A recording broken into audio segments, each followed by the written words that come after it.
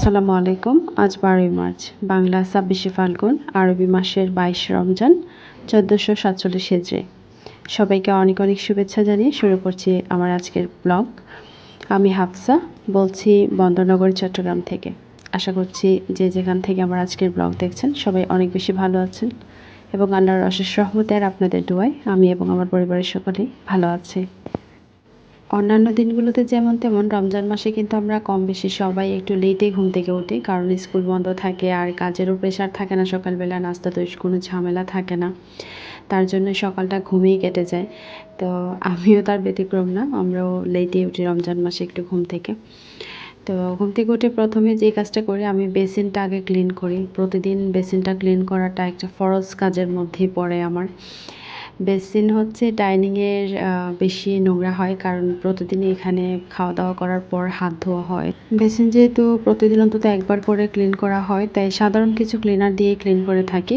তেমন একটা হার্ডভাবে ময়লাটা পড়ে না, কারণ ২-৩ দিন অন্তর অন্তর ধুলে বেসিন বেশি ময়লা হয়, সেক্ষেত্রে হয়তো একটু হার্ড ক্লিনারের প্রয়োজন পড়ে। বাট আমি যেহেতু প্রতিদিন পরিষ্কার করি, তাই নর্মাল কিছু ক্লিনার দিয়ে মানে ক্লিন করে নিলেই হয়ে যাচ্ছে আর কি। তো বেসিনটা ক্লিন করা হয়ে গেছে। এখন ফ্রিজ থেকে আমি হচ্ছে ডাল বাটা যে ফ্রোজেন করে রেখেছিলাম সেটা একটু বের করে নিলাম। কিছুক্ষণ পর যেহেতু ইফতার রেডি করব, তাই যেগুলো ফ্রোজেন আছে সেগুলো একটু আগে থেকে বের করে রাখলে একটু রুম টেম্পারেচার চলে আসবে আমি কাজ করতে করতে। তো এদিকে আমি টেবিলে একটা রানার বিছিয়ে নিচ্ছি। এটা খুব রিজনেবল প্রাইসে কেনা একটা রানার, বাট দেখতে কিন্তু ভালোই লাগছে।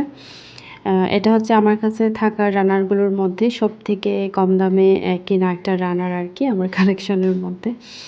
তো এখন চলে আসছি সরাসরি রান্নাঘরে। চলুন ইফতারটা তৈরি করে ফেলি আপনাদেরকে সাথে নিয়ে। যা যা তৈরি করবো আপনারা দেখবেন। প্রথমে হচ্ছে আজকে যেহেতু খিচুড়ি করার প্ল্যান আছে, তাই একটু ভুনা খিচুড়ি প্রিপারেশন করে নিচ্ছি। রাজ বলেছে আজকে ভুনা খিচুড়ি খাবে। বাচ্চারাও রোজা রাখছে, তাই ওদের কথা মাথায় রেখে আর কি, যতটা মজাদার খাবার এবং একই সাথে হেলদি আর হচ্ছে গিয়ে সহজে তৈরি করা যায় এই খাবারগুলোকেই বেশি প্রেফার করছি। কারণ আমি একা মানুষ, একই সাথে কিছুদিন হলো মাত্র অসুস্থতা থেকে উঠলাম, এখনও পুরোপুরি ইমিউনিটি শরীরে ফিরেনি।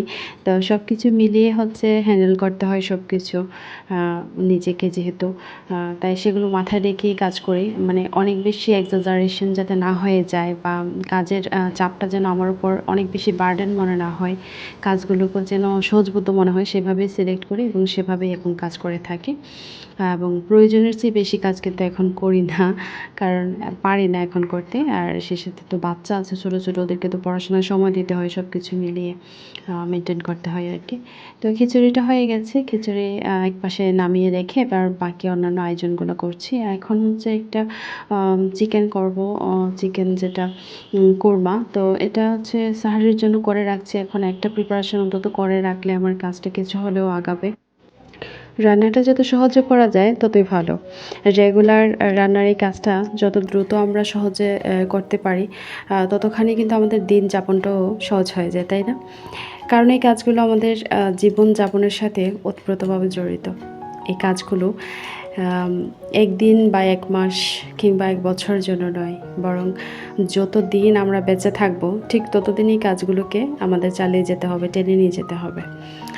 এগুলো আসলে দায়িত্ব, এগুলা স্কিপ করার কোনো সুযোগ নেই, বা আজকের একটা দিন বাদ দিয়ে আরেকটা দিন করব, যখন ভাল লাগে না তখন করব না, এরকমটা করা যায় না। দায়িত্বগুলো হচ্ছে ভালো লাগুক বা না লাগুক, আপনি ভালো থাকেন বা না থাকেন, আপনাকে সেটা পালন করতে হবে।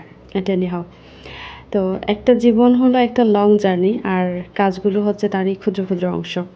পেঁয়াজগুলো ভাজা হয়ে গেলে ইফতারিটা মোটামুটি শেষ পর্যায়ে চলে আসবে। আর আমি হচ্ছে গিয়ে একটু ডিম সিদ্ধ করব, কারণ প্রতিদিনই সিদ্ধ ডিম রাখতে হয়।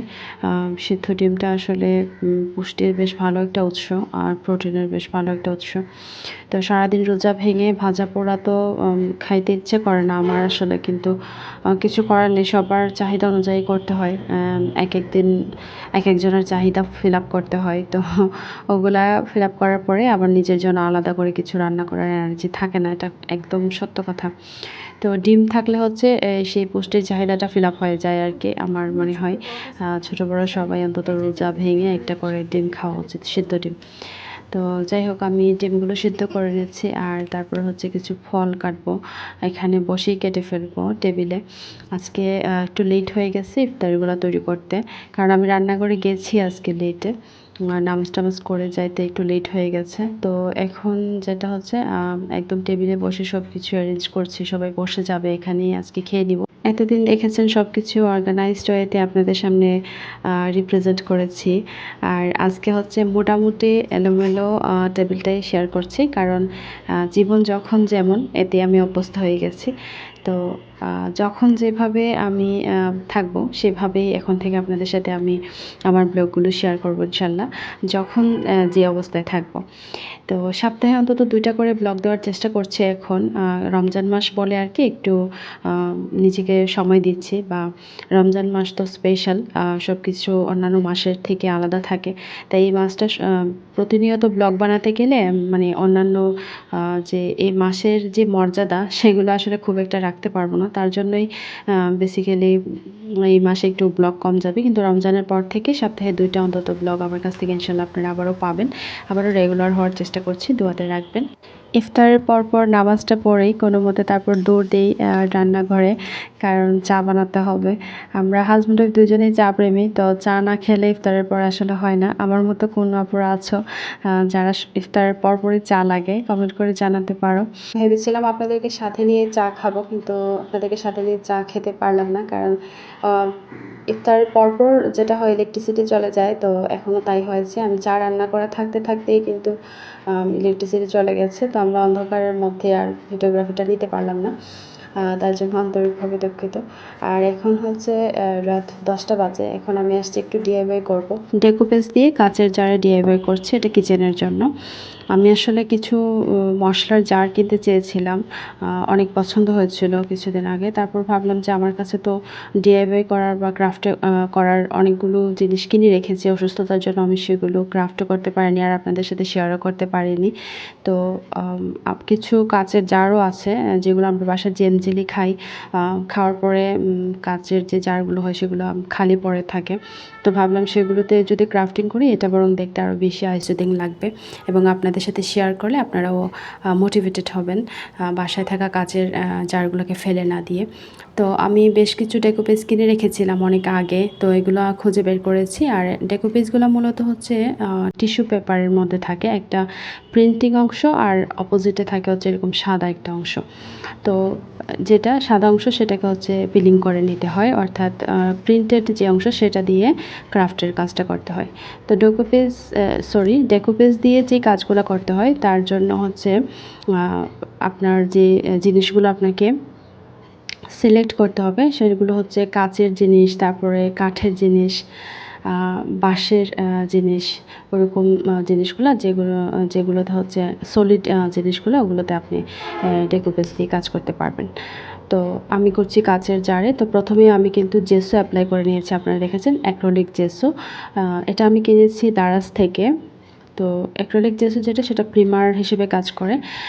অ্যাক্রিলিক জেসোটা অ্যাপ্লাই করার পর আপনাকে 1-1.5 ঘন্টা সময় দিতে হবে জারটাকে শুকানোর জন্য।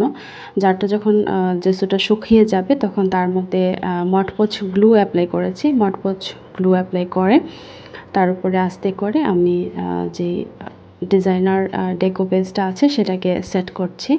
তো এখানে একটা বিষয় ফলো রাখবেন, যখন কাচের জারের উপরে বা কোনো জিনিসের উপরে আপনি ডেকোপেজ সেটিং করবেন তখন খুব আস্তে ধীরে এবং সঠিক মাপ নিয়ে আগেই কেটে নেবেন। যে জিনিসটার উপরে আপনি অ্যাপ্লাই করতে চাচ্ছেন সেটার মাপ নেবেন, মাপ নিয়ে কেটে নেবেন, তারপরে হচ্ছে এটাকে আস্তে ধীরে অ্যাপ্লাই করতে হবে। একটু চেপে চেপে হাত দিয়ে বাতাসগুলো বের করে দিতে হবে, না হলে কিন্তু বাবল মতো হয়ে ওই জিনিসটা উপর দিক থেকে ফুলে ফুলে থাকবে এবং ভালো ফিনিশিং আসবে না। 2বারে বা 3বারে কেটে নিয়েও কিন্তু ফুলগুলোকে আপনি যেভাবে ডিজাইন করতে চাচ্ছেন, বসাতে চাচ্ছেন সেভাবে করার সুযোগ থাকে। আবার অনেকেই করেন কি পুরা কাগজটাকে না বসিয়ে শুধু ফুলের বা প্রজাপতির অংশগুলো কেটেও বসিয়ে থাকেন ছোট ছোট আকারে। সেক্ষেত্রে বাকি যে অংশগুলো থাকে গ্লাসের সেগুলোকে সেম কালার দিয়ে ঢেকে দিতে হয়। বিভিন্ন টেকনিক বিভিন্ন অ্যাঙ্গেল থেকে হচ্ছে ক্রাফটিংগুলো করলে এক একটার এক এক রকম সৌন্দর্য ফুটে ওঠে। ক্রাফটিং জিনিসটা হচ্ছে পুরোই ক্রিয়েটিভ একটা জিনিস। এখানে যত বেশি এফোর্ট দিবেন, চিন্তা ভাবনা করে একটা কাজ করবেন, তত বেশি এটাকে বিভিন্ন অ্যাঙ্গেল থেকে ফুটিয়ে তোলা সম্ভব, তত বেশি সেটাকে আকর্ষণীয় করা সম্ভব। তো আমি এখানে জাস্ট একটা বেসিক ধারণা আপনাদেরকে দিচ্ছি বা আপনাদের সাথে শেয়ার করছি যেন আপনারা এটাকে ক্যাচ করতে পারেন।